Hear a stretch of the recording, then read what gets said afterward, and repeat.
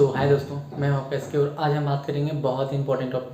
देखिए, ये basically skill test है ना, उनके लिए बहुत ज़्यादा ज़रूरी है जो प्रोडक्शन ब्रांच के हैं, ठीक है, या फिर मैकेनिकल के हैं, तो वो लोग तो ऐसे नहीं ज़रूरी होता ना, बस एक रफ आइडिया में। हाँ, लेकिन जो केमिकल इंजीनियरिंग के जो कॉलेज में है, ठीक है, या फिर इवन जो अप्रेंटिसशिप कर रहे हैं, तो वो लोग जब पंप के बारे में जानेंगे, ठीक है, या फिर पंप जब कभी इंडस्ट्री में जाएंगे या फिर कभी पंप के बारे में सीखेंगे, तो वो सब पॉइंट ध्यान रखें कि हमें ये सब चीज़ें देखना है, हमें ये सब चीज़ें सीखना है। वो लोग को बहुत ज़्यादा हेल्प होने वाला है, ठीक है।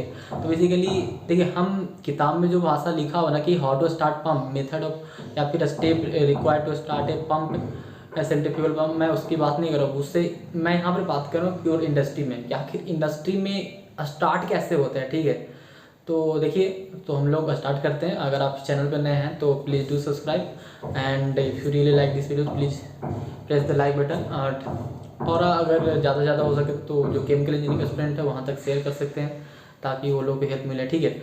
अभी कोई डाउट होगा तो मुझे बताइएगा। सो फिर स्टार्ट करते हैं।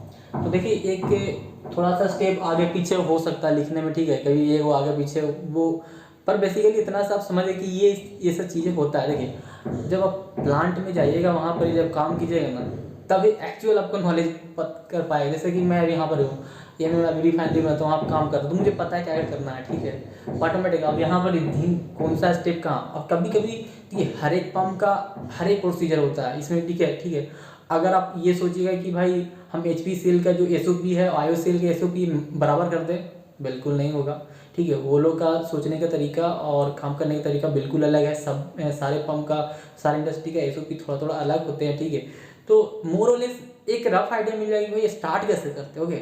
सो फिर हम लोग शुरू करते हैं। इसे लिख दिए प्रोसीजर और step to start a centrifugal pump in industry. हम इंडस्ट्री में कैसे, देखिए बेसिकली ये यहाँ पर जो बात करेंगे ना, ये रिफाइनरी में ही पंप जैसा होता है ना, उसी की मैं बात करूँ। बाकी सब पंप में बहुत सा जो ना एक्जुलरी चीज़ें सब नहीं रहता है, ओके। तो फर्स्ट ऑफ ऑल ये एक रफ आइडिया मैं बताऊँ, पहले थोड़ा सा देख लेते हैं, ठीक है। ये पंप है, पंप मैं सेंट्रीफ्यूगल पंप बना दिया हूँ, ठीक है। तो आप जैसा कि देख रहे हैं, ये इसका इम्पेलर है, ठीक है। ये आपका पूरा केसिंग हो गया, ठीक है। ये आपका सक्शन वाल्व है, तो ये सक्शन लाइन भी होगा, और ये डिस्चार्ज वाल्व है, तो ये डिस्चार्ज लाइन भी होगा, ठीक है। आप देखे होंगे कि जो एक चीज़ नोटिस किए होंगे, सक्शन लाइन है, मैं थोड़ा सा उल्टा कर दिया हूँ, ठीक है। ऐसा लग रहा है कि ये कुछ ज़्यादा जा रहा है, ठीक है, तो पर ऐसा नहीं होता इसको, मतलब वाला फिर ठीक है, ऐसे करके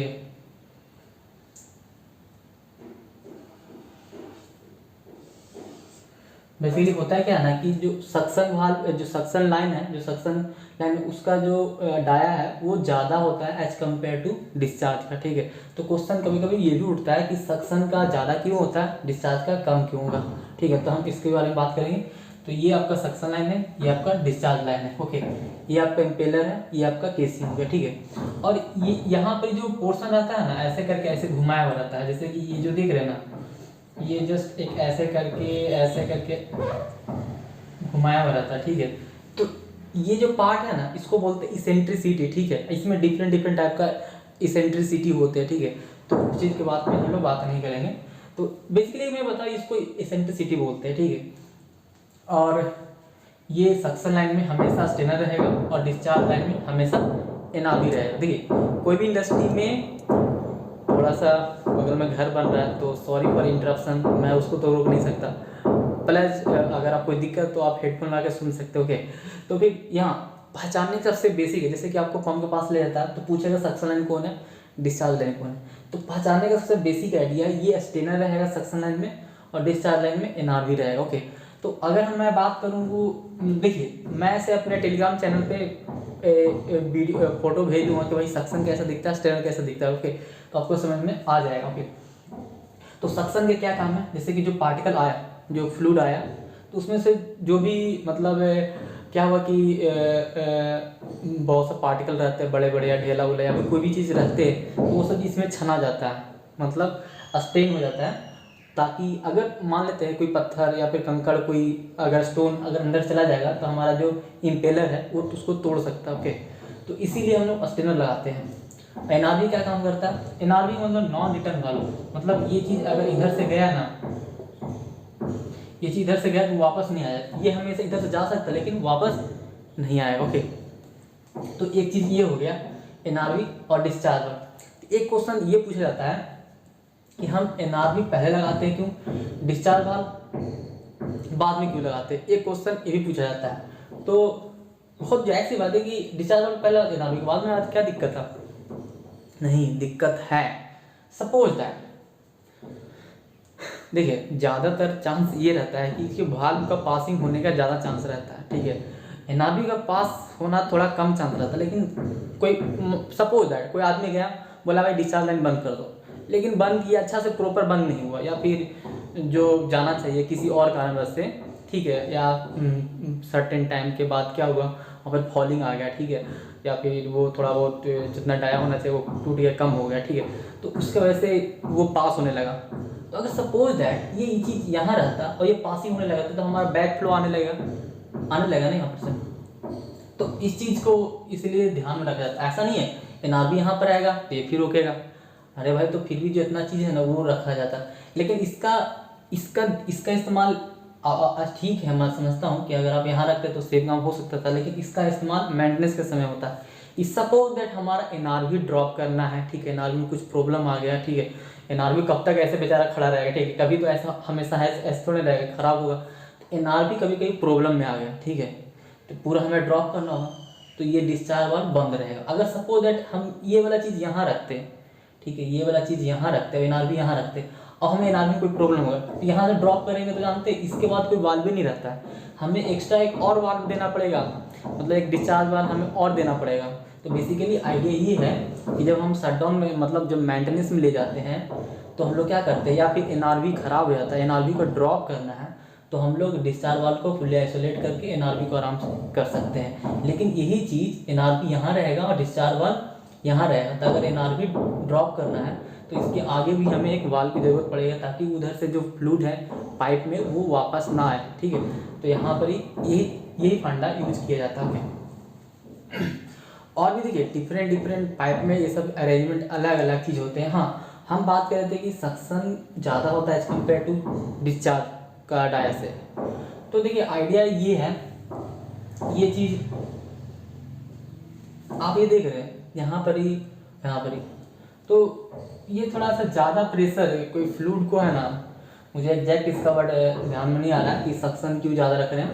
तो होता है कि आप लाइन है, फ्लूइड गया ऐसे इधर गया, ये यहाँ पर, तो देखिए ये पार्टिकल यहाँ गया तो ये बहुत बड़ा, ये जो शेप है ना, केसिंग बहुत बड़ा है, इसका लाइन बहुत छोटा है, तो यहाँ पर जा रहा, लेकिन यहाँ तो जा ही नहीं रहा।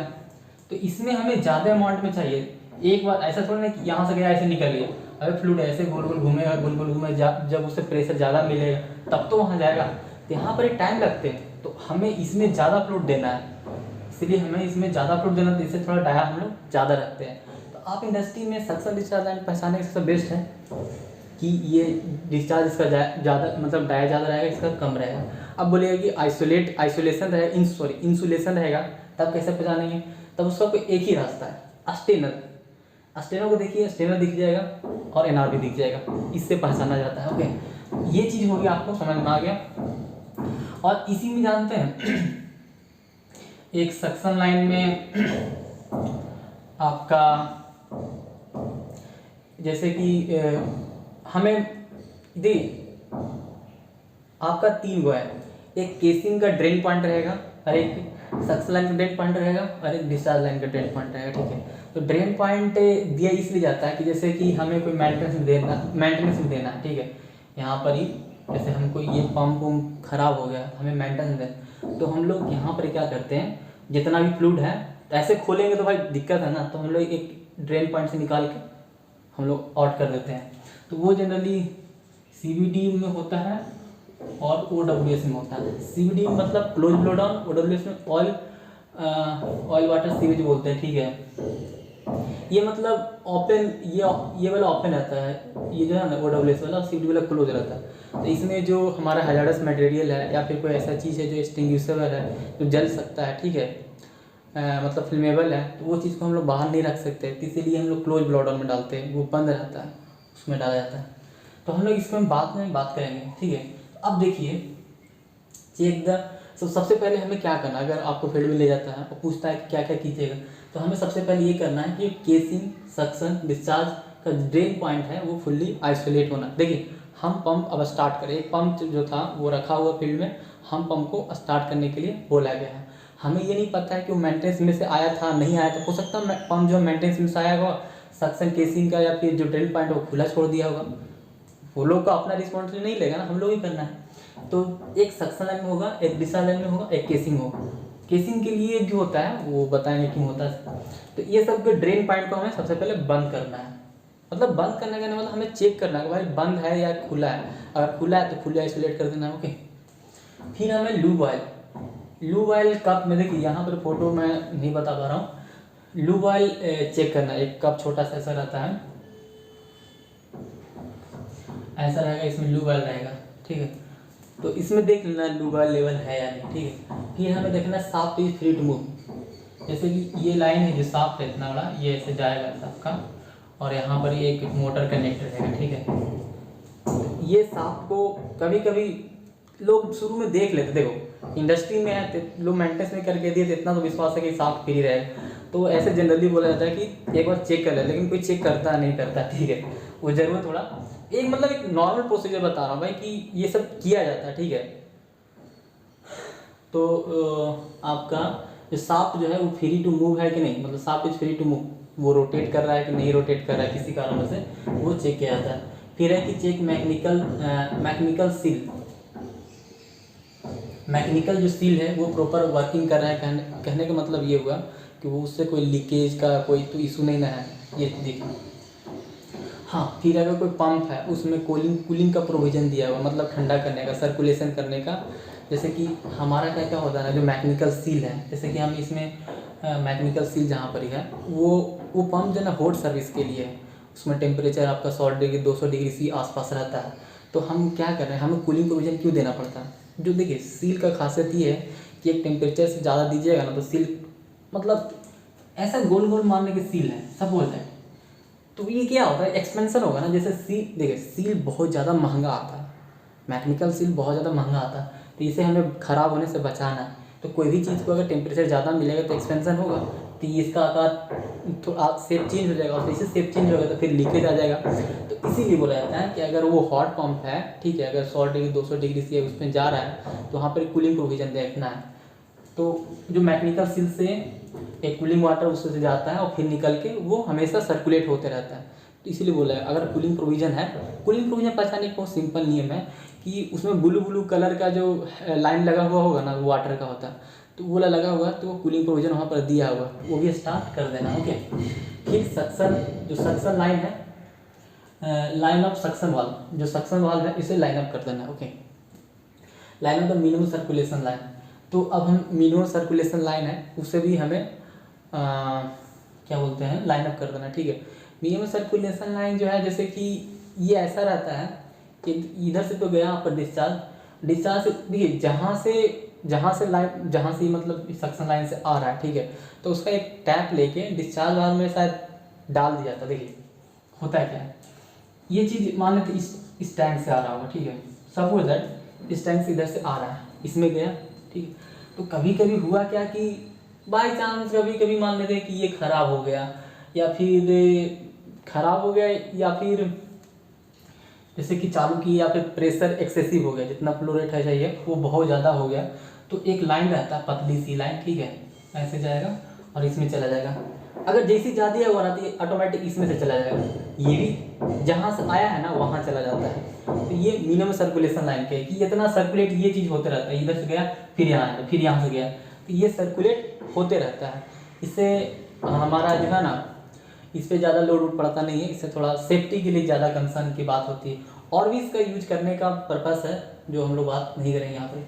तो सक्शन लाइन को, सक्शन वाल्व को लाइन अप कर देना, मिनिमम सर्कुलेशन लाइन को लाइन अप कर देना। मिनिमम सर्कुलेशन लाइन कोई दूसरा चीज़ नहीं है, डिस्चार्ज लाइन एक निकलती पतली सी और जहाँ से फ्लूइड वो आता है वहीं चली जाती है, ठीक है।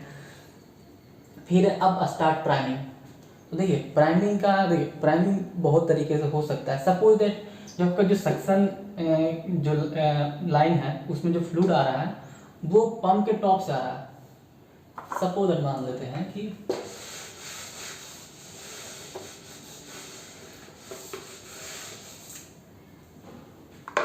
हो गया ना, जैसे ये आपका लाइनअप है और एक यहाँ पर ही चीज़ है, ठीक है। अगर ये चीज़ यहाँ से आ रहा है, ये चीज़ यहाँ से आ रहा है आपके पास, ये सक्शन लाइन है, इसमें जो फ्लूइड आ रहा है वो यहाँ से आ रहा है, तो डिस्चार्ज में एक वेंट प्रोवाइड किया जाता है यहाँ पर, ठीक है। डिस्चार्ज लाइन में एक वेंट प्रोवाइड किया जाता है, वेंट मतलब एयर वेंट। तो इसमें क्या होता है कि हमें देखिए ये सब करने के बाद हमें प्राइमिंग करना। प्राइमिंग क्या है? एयर को रिमूव करने के तरीके को हम लोग बोलते हैं प्राइमिंग। तो प्राइमिंग करने का बहुत सिंपल तरीका है कि आपको ये लाइन, ये जो टैंक जहाँ से आ रहा था, सक्शन लाइन चालू कर दी, ये सब खोल दिए हैं, सब लाइन में अंदर गया और वेंट को खोल देंगे। मतलब ये जैसे सक्शन लाइन खुलेगा, ये ऊपर से है, ये टॉप से रखा हुआ, ठीक है। सक्शन लाइन ओपन किए, ये आराम से अपने अपने लेवल के अनुसार से आएगा, इसमें भरते जाए और एयर यहाँ से निकल जाएगा। इस तरह से होता है। अगर सपोज दैट पंप जो है टॉप पे है, मतलब ऊंचा में है, और ये जो लिक्विड आ रहा है ना वो मतलब जैसे सपोज है यहाँ पर ही पंप है और हम लोग लिक्विड ले जा रहे हैं, यहाँ से ले जा रहे हैं और ये ऊपर आ जाना है, तब कैसे? इधर से तो लिक्विड जाएगा नहीं। तो इसी स्थिति में वैक्यूम सर्विस हम लोग यूज करते हैं, ठीक है। वो इजेक्टर के थ्रू, वैक्यूम सर्विस के थ्रू वहाँ पर से एयर निकाला जाता है।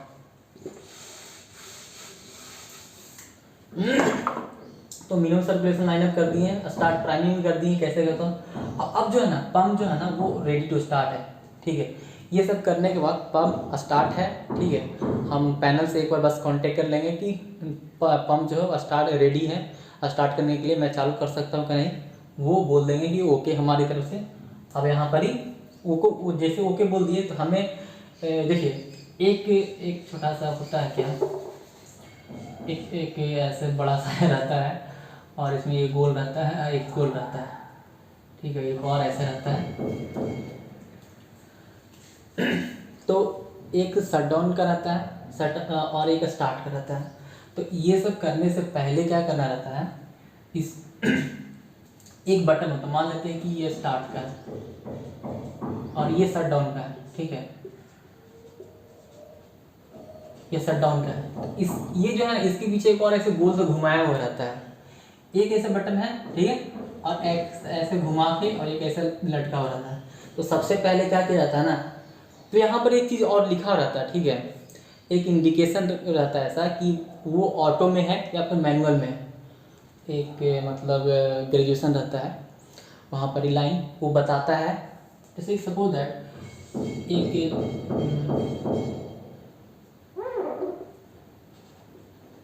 ऑटो है और ये मैनुअल है, तो ये लाइन यहाँ पर रहेगा तो ऑटो में रहेगा, और यही लाइन सपोज दैट यहाँ चलाएगा तो मैनुअल में हो जाए। तो हमें जब हम फील्ड से स्टार्ट कर रहे हैं तो हमेशा मैनुअल से स्टार्ट होगा। मैनुअल मतलब हम अपनी हाथों से कर रहे हैं, फील्ड से स्टार्ट कर रहे मतलब मैनुअल से स्टार्ट करें।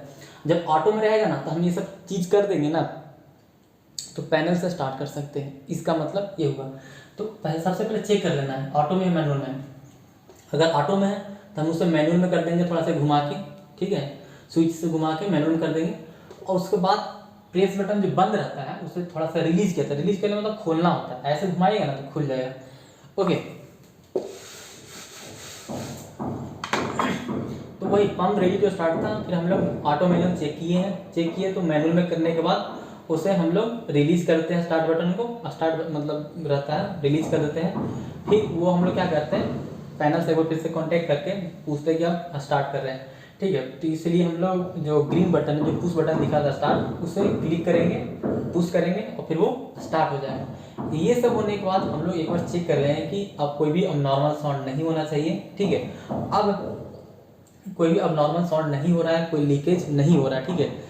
ये सब करने के बाद मतलब केसिंग से फिर मैकेनिकल से कोई लीकेज वगैरह नहीं हो रहा है, कोई साउंड नहीं हो रहा, तो फिर क्या करेंगे, जो डिस्चार्ज लाइन है, डिस्चार्ज लाइन में जो डिस्चार्ज वाल्व है उससे धीरे धीरे हम लोग खोलेंगे। ओके, धीरे धीरे खोलते जाएंगे और फिर धीरे धीरे पूरा खोल देंगे। ओके, वो समटाइम्स अपने फ्लो रेट के अनुसार वो बताते भी हैं, मैं पैनल पे जो रहते हैं ऐसे कि हमें इतना फ्लो रेट चाहिए तो बस रहने दीजिए। ओके, तो वो चीज़ ध्यान रखिएगा।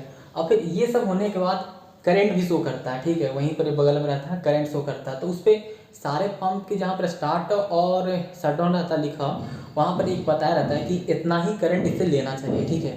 ओके, तो उतना ही करंट लेते हैं, उसको चेक कर लेंगे क्या इतना ही करंट ले रहा है कि नहीं। जैसे सपोज दैट लिखा हुआ 190 एम्पियर और ले रहा है 210, इसका मतलब कुछ पंप में कुछ दिक्कत है, मतलब कुछ वहाँ पर ही मोटर वोटर या पंप में कुछ दिक्कत है। तो बेसिकली ऐसा ज़्यादा होता नहीं है, आपको रहेगा 190 है तो हो सके कि 185 लेगा, ठीक है, या फिर हो सके 190 एम्पियर ही ले। तो ये चीज़ चेक कर लिया जाता है, और ये सब चेक कर लिया, सब कुछ सही हो गया, हमारा पंप रेडी है, आराम से मतलब फ्लोट देगा, कोई दिक्कत नहीं है। एक चीज़ और मैं यहाँ पर बताऊँगा कि हम पंप स्टार्ट कर रहे हैं, ठीक है, सक्शन लाइन में ले लिए हैं, चालू कर दिए हैं और डिस्चार्जर बंद किए हुए हैं। तो आखिर ऐसा क्यों? क्वेश्चन तो बहुत जायज़ है ना कि आखिर ऐसा क्यों। तो हम इस पे बात कर रहे हैं अभी। देखिए, होता ये है कि जब भी कोई पंप हम स्टार्ट करते हैं, मान लेते हैं कि वह 190 एम्पियर ले रहा है, जब स्टार्टिंग जैसे आप प्रेस बटन स्टार्ट कीजिएगा ना, तो उस समय जो करंट है वो जो रेटेड करंट है, स्टैंडर्ड करंट जिसको मानते हैं, स्टैंडर्ड करंट है, उससे 3 टाइम्स लेता है।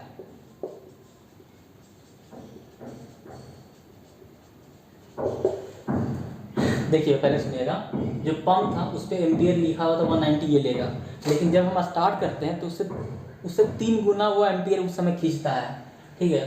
तो इसीलिए बोला जाता है जो पंप 61 मेगावाट या फिर मतलब उससे कम लेता है, जो बड़े बड़े पंप होते हैं, तो इसीलिए हमें एक बार क्लियरेंस लेना पड़ता है। जो पावर एंड यूटिलिटी जो विभाग है, मतलब इलेक्ट्रिकल मेंटेनेंस, उससे हमें इलेक्ट्रिकल मेंटेनेंस तो काम दूसरा है, इलेक्ट्रिकल जो पावर वाला जो है ना PNDU, उससे हमें परमिशन लेना पड़ता है। ये देखिए, अगर मान लेते हैं कि सपोज दैट 1 मेगावाट ले रहा हो, 1 मेगावाट वो पंप का रेटेड है कितना कि पंप में ऐसे जनरल नहीं होता, वो कंप्रेसर में होता है। तो कंप्रेसर टाइम में क्या होता है कि मान लेते 1 मेगावाट वो ले रहा है एक कंप्रेसर।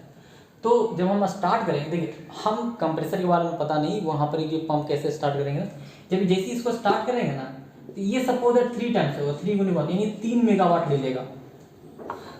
तो ये होता है पंप में 190 एम्पियर लिखा हुआ था, जैसे स्टार्ट करेंगे तो क्या हो जाएगा 3 इंटू 190, तो इतना एम्पियर लेने लगता है। तो वही अचानक से ज़्यादा होता है। अब देखिए क्या होता है, हम लोग बंद नहीं करेंगे, अगर डिस्चार्ज लाइन खुला हुआ रहेगा, डिस्चार्ज खुला हुआ रहेगा, ऐसे NRB तो है इसीलिए बैक कभी आएगा नहीं, ठीक है, NRB तो है कभी आएगा नहीं, ठीक है। लेकिन जब हम खुला रखते हैं तो जो भी लिक्विड है या फिर कोई भी चीज़ फ्लूइड है वो आता है और इस पर ओवरलोड हो जाता है। एक सिंपल भाषा में बोले कि जब हम पंप अगर डिस्चार्जर खोल के रखेंगे, तो डिस्चार्जर खोल के रखें उस समय स्टार्ट करेंगे तो हमारा टॉर्क ज़्यादा जनरेट होगा, और जो मोटर है ना उस पर ज़्यादा लोड होगा। ज़्यादा लोड होने से वजह से क्या होता है, वो हीटिंग प्रोड्यूस करता है, और हीटिंग की वजह से क्या होता है, वो मोटर ख़राब होने का डर रहता है, ठीक है। तो ख़राब होने का डर करने का मतलब ये भी रहता है कि उसमें स्पार्किंग या शॉर्ट सर्किट होने का चांस रहता है, इसीलिए हम लोग बंद रखते हैं। ऐसा नहीं है, बहुत से पंप में हम लोग ऐसा नहीं करते, वो खुला रखते हैं। सक्शन डिस्चार्ज जो है ना दोनों खुला रखें। जैसे कि हाई प्रेशर पंप है, वो हाई प्रेशर मान लेते हैं कि 80 kg 100 kg प्रेशर दे रहा है, उस समय में सक्शन डिस्चार्ज दोनों सब खोलना पड़ता है, ठीक है। ये मान लेते हैं कि 10 kg 8 kg दे रहा है तो उससे फ़र्क नहीं पड़ता, इतना चलता है। तो मेन रीज़न यही है कि हम लोग बंद रखने का, कि उसमें जो पावर है कंजप्शन बढ़ जाता है, प्लस लोड ज़्यादा बढ़ जाता है। लोड ज़्यादा बढ़ने से हमारा क्या बोलते हैं शॉर्ट सर्किट होने के चांस है। ये सब चीज़ें की वजह से हम लोग बंद रखते हैं। तो बहुत से पंप में देखिए, ये एक सिंपल प्रोसीजर बताएं, दूसरे पंप के लिए अलग अलग प्रोसीजर होते हैं, ओके। और भी कोई दिक्कत होगा तो आप मैसेज करके बता सकते हैं, मतलब कमेंट कर सकते हैं। और अगर आपको एक्सपीरियंस कैसा है, देखिए बस एक हम आइडिया दिए कि आपको इंटरव्यू में ऐसे ऐसे बता देना है, ठीक है। जब तक आप फील्ड में कीजिएगा नहीं, एक आध दो बार होगा नहीं, तब तक वो कुछ पता नहीं चलने वाला। तो बेसिक आइडिया इतना चीज़ बता, जो हम स्टेप लिखा हुआ ना वो चीज़ आप लिख दीजिएगा कि ये स्टेप होते हैं, और आगे पीछे भी हो जाएगा ना तो वो मान जाएगा चलो लड़का पता है, मतलब स्टूडेंट को पता है कि ये सब चीज़ें होती है, ओके। और भी चीज़ें होता है कि इसमें प्रेशर भी लगाता है, ये सक्शन लाइन में डिस्चार्ज लाइन में हमें वो सब भी चेक करना पड़ता है, ठीक है। तो आई होप ये चीज़ में आपको कुछ आइडिया मिला होगा। सो फिर मिलते हैं नेक्स्ट वीडियो में। So thank you.